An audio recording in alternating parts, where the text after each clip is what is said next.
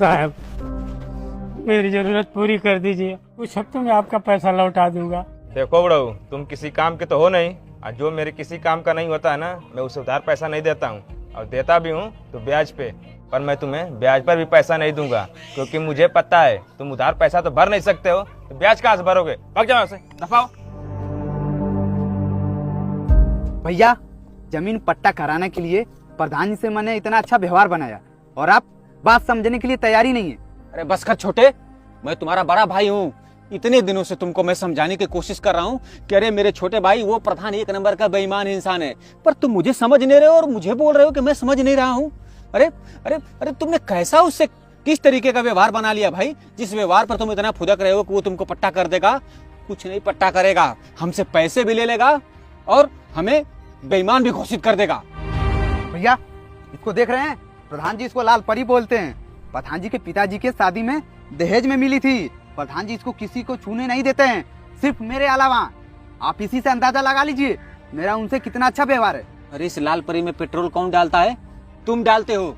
अरे वो प्रधान इस कबाड़ा को गराज में रखने के बजाय तुमको पकड़ा दिया है ताकि तुम इसमें पेट्रोल डाल के घूमो और उसके बातों में आ जाओ और चमचागिरी करो, उसके आगे पीछे दौड़ो, और तुम बोल रहे हो कि व्यवहार है। बस भैया बस, अब एक लफ्ज भी मैं प्रधान जी के बारे में सुन नहीं सकता। वो हमारे लिए इतना कुछ किए और आप उनको। अरे भाई को उंगली दिखा रहा है।